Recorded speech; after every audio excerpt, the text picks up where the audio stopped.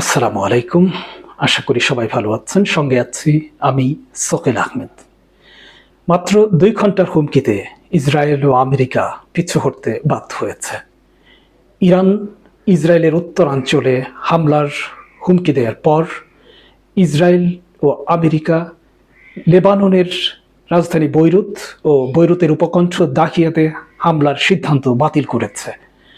Iran ঘোষণা করেছিল যে যদি দাহিয়াতে হামলা চালানো হয় বা বৈরুতে হামলা চালানো হয়, তাহলে তারা ইসরায়েলের উত্তরাঞ্চলে হামলা চালাবে এবং সেখানকার অধিবাসীদেরকে অবিলম্বে ওই এলাকা ত্যাগ করার নির্দেশ দিয়েছিল ইরান। ইরানের খাতামুল আম্বিয়া সদর দপ্তর থেকে এই হুমকি পাওয়ার পর ট্রাম্প সরাসরি নেতানিয়াহুর সঙ্গে ফোনে কথা বলেন এবং নেতানিয়াহুকে ধমকাধমকি করেন। নেতানিয়াহুকে বলেন যে তুমি শিগগিরই এই হামলার পরিকল্পনা বাতিল করো, সেনাবাহিনী যেগুলো সেদিকে যাচ্ছে সেটাকে তৎক্ষণাৎ ফিরিয়ে নিয়ে আসো, এবং তুমি যে কাজ করছো এটা অত্যন্ত বোকামি। আর তোমাকে বলে দিতে চাই, আমি না থাকলে আজ তোমার জেলে থাকতে হতো, তোমার রাজনৈতিক জীবনের অবসান হতো। এ ধরনের ধমকাধমকির ঘটনাটি এসেছে মার্কিন গণমাধ্যম এক্সিউসে। সেই তথ্য সারা বিশ্বে এখন ছড়িয়ে গেছে। ইরানের এই হুমকির জবাবে তাদের স্তব্ধ হয়ে যাওয়া, তাদের পিছু হটার মধ্য দিয়ে ইরানের শক্তিশালী অবস্থানটি আরও একবার সবার কাছে ফুটে উঠেছে। ইরান যে চাইলেই আমেরিকাকে তাদের সিদ্ধান্ত পরিবর্তন করতে বাধ্য করতে পারে, এর মধ্য দিয়ে তা আবারও প্রমাণিত হয়েছে। দ্বিতীয়ত, ইরান এই হুমকি দেওয়ার মাধ্যমে আবারও জানিয়ে দিয়েছে যে নতুন যুদ্ধের জন্য ইরান এখন পরিপূর্ণভাবে প্রস্তুত। আমি মনে করি যে ইরান পরিপূর্ণভাবে প্রস্তুত নিয়েই ইসরায়েলে হামলার হুমকি দিয়েছিল, এবং ইসরায়েল যদি এই সিদ্ধান্ত বাতিল না করত তাহলে আজকেই ইরান সেখানে হামলা চালাতো এবং ইসরায়েলের উত্তরাঞ্চল মারাত্মক ক্ষতির সম্মুখীন হতো। ট্রাম্প তাড়াহুড়ো করে এই সিদ্ধান্ত বাতিলে নেতানিয়াহুকে উৎসাহ দিয়ে একটি ভালো কাজ করেছেন। বহুদিন পর আমি বলবো যে একটি ভালো কাজ করেছেন তিনি, কারণ নইলে ইরানের মারাত্মক হামলার শিকার হতো ইসরায়েল। ট্রাম্প বলেছেন যে তিনি তার প্রতিনিধিদের দিয়ে হিজবুল্লাহর সঙ্গেও কথা বলিয়েছেন। হিজবুল্লাহও সেই যুদ্ধবিরতি মেনে চলতে রাজি হয়েছে। ইসরায়েল হামলা না করলে হিজবুল্লাহ হামলা করবে না। আমরা জানি যে ইসরায়েল লেবাননে বারবার হামলা চালাচ্ছে, বহু মানুষকে হত্যা করছে, কিন্তু হিজবুল্লাহর পাল্টা হামলাতেও তারা নাস্তানাবুদ হয়ে যাচ্ছে। হিজবুল্লাহর এমন এক ড্রোন রয়েছে যেটাকে তারা কোনোভাবে আটকাতে পারছে না। গতকালও আমরা জানি যে ইসরায়েলের আয়রন ডোম ক্ষেপণাস্ত্র প্রতিরক্ষা ব্যবস্থা হিজবুল্লাহ ধ্বংস করেছে। এ পর্যন্ত বলা হচ্ছে যে 10টি আয়রন ডোম ক্ষেপণাস্ত্র প্রতিরক্ষা ব্যবস্থা হিজবুল্লাহ ধ্বংস করেছে। এর মধ্য দিয়ে বোঝা যায় যে হিজবুল্লাহ ইসরায়েলের মোকাবেলায় ভালো করছে, এবং এভাবে চলতে থাকলে তাদের ক্ষেপণাস্ত্র প্রতিরক্ষা ব্যবস্থা আরও কমে যাবে, যেটা পরবর্তীতে ইরানের ক্ষেপণাস্ত্র যখন আসতে শুরু করবে তখন তারা সেটা ঠেকাতে হিমশিম খাবে।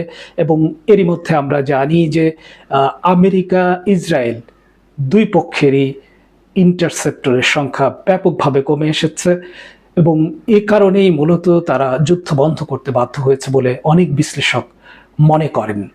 ইরান এই হামলার হুমকি দিয়ে লেবাননের জনগণের মধ্যে আরও একবার তাদের স্থান দৃঢ় করল। গাজার বিষয়েও ইরান হুমকি দিয়েছে, গাজাতেও আবার হামলা হলে ইরান প্রতিশোধ নেবে সে কথাও বলেছে। অর্থাৎ প্রতিরোধ সংগ্রাম বা প্রতিরোধ ফ্রন্টের মধ্যে নতুন করে একটা জাগরণ শুরু হয়েছে ইরানের এই হুমকির মধ্য দিয়ে। ইয়েমেন সাথে সাথে বিবৃতি দিয়ে বলেছে যে তারা ইরানের সঙ্গে রয়েছে, লেবাননে আবার হামলা হলে তারাও পাল্টা জবাব দেবে। এর মধ্য দিয়ে এই ফ্রন্টে নতুন করে একটি ঐক্য এবং জাগরণ তৈরি হয়েছে। অন্যদিকে আমেরিকা, ইসরায়েল ও তাদের মিত্র দেশগুলোর মধ্যে নতুন করে আতঙ্ক তৈরি হয়েছে। তারা যদি নতুন করে যুদ্ধ শুরু করে, আপনারা নিশ্চিত থাকতে পারেন এবারও তারা মারাত্মক পরাজয়ের শিকার হবে। ইরান এ কথাও বলেছে যে লেবাননে হামলা হলে আমরা আর আলোচনাতেই বুঝবো না।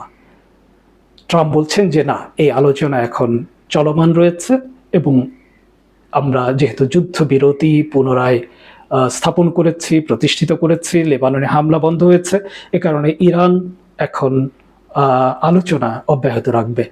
এটা ভালো বিষয়, ভালো খবর যে আলোচনা অব্যাহত রয়েছে। ইরানও বলছে যে আমাদের মধ্যে সরাসরি আলোচনা না হলেও আমাদের মধ্যে বার্তা আদান প্রদান অব্যাহত রয়েছে। এখন ইরানের কাছে আমেরিকার সর্বশেষ প্রস্তাবটি রয়েছে, সে বিষয়ে ইরান এখনো জবাব দেয়নি, খুব শিগগিরই জবাব দেবে বলে আশা করা হচ্ছে। তবে ইরানের জবাব সুস্পষ্ট। ইরান যেসব দাবি করছে সেগুলো তাদের ন্যায্য দাবি, আন্তর্জাতিকভাবে স্বীকৃত দাবি, কিন্তু আমেরিকা যেসব দাবি করছে সেগুলো অন্যায়, আন্তর্জাতিক আইন বিরোধী। যেমন ধরুন, আমেরিকা বলছে যে ইরানের পরমাণু কর্মসূচি বন্ধ করতে হবে। ইরানের পরমাণু কর্মসূচি তো অস্ত্র নির্মাণ কর্মসূচি নয়, ইরানের পরমাণু কর্মসূচি হলো শান্তিপূর্ণ পরমাণু কর্মসূচি। ইরান এই কর্মসূচির মাধ্যমে তার বিদ্যুৎ উৎপাদন করে, চিকিৎসা সামগ্রী তৈরি করে, ওষুধ তৈরি করে, সাগরে জাহাজ চলাচলের ক্ষেত্রে এই প্রযুক্তি ব্যবহার করে, বিদ্যুৎ উৎপাদনে এই প্রযুক্তির ব্যাপক ব্যবহার করছে ইরান, সেটা সবাই জানে। কৃষিতে ইরান এই প্রযুক্তি ব্যবহার করছে, অর্থাৎ পরমাণু প্রযুক্তি ব্যবহার করছে। ইরান কখনোই সামরিক ক্ষেত্রে এই প্রযুক্তি ব্যবহার করেছে বলে প্রমাণ নেই। তাহলে কেন আমেরিকা কোন আইনে এই দাবি করতে পারে?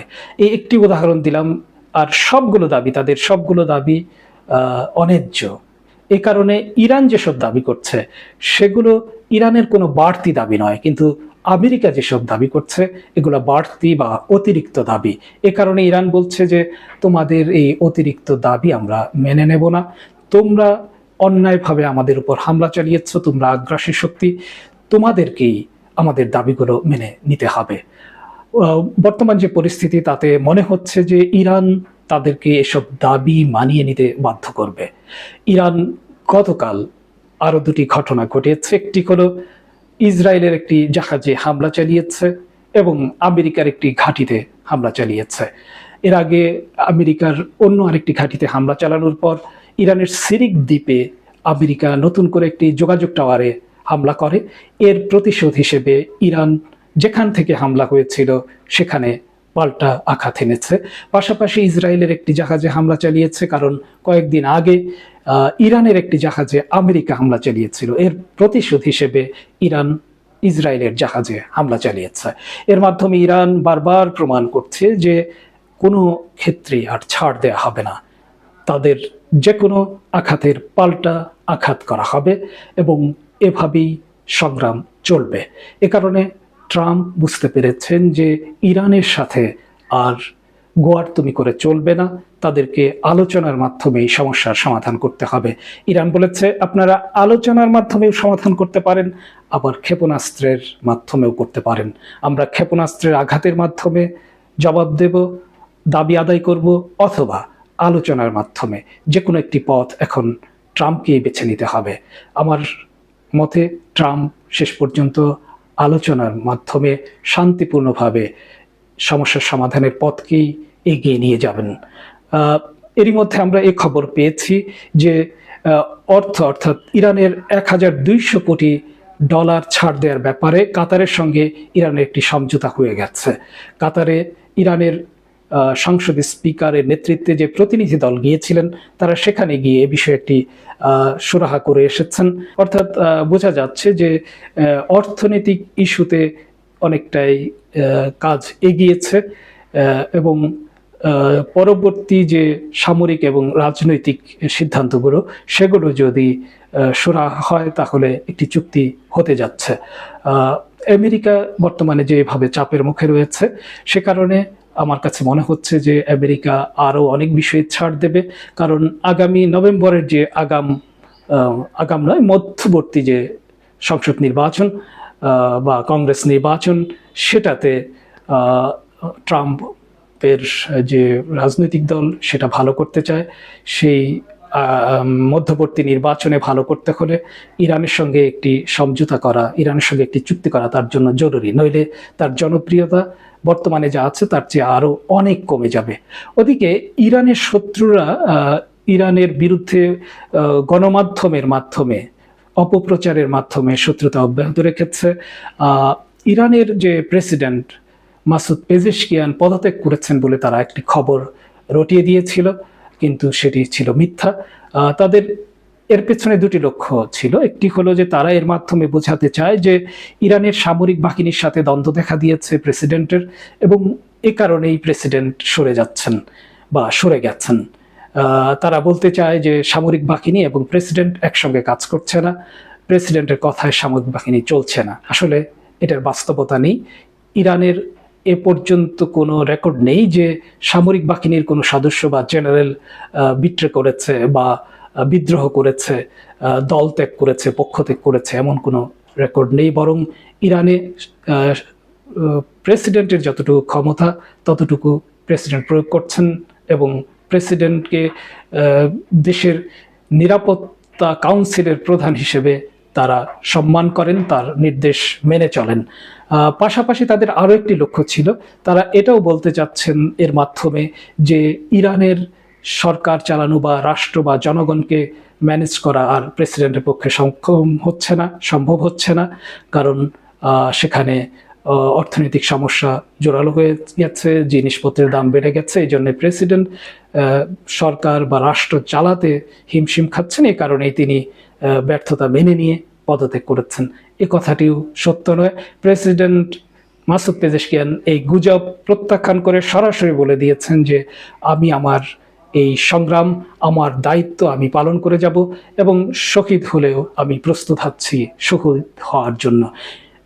তার যে শাহাদাতের তামান্না এর আগেও তিনি প্রকাশ করেছেন।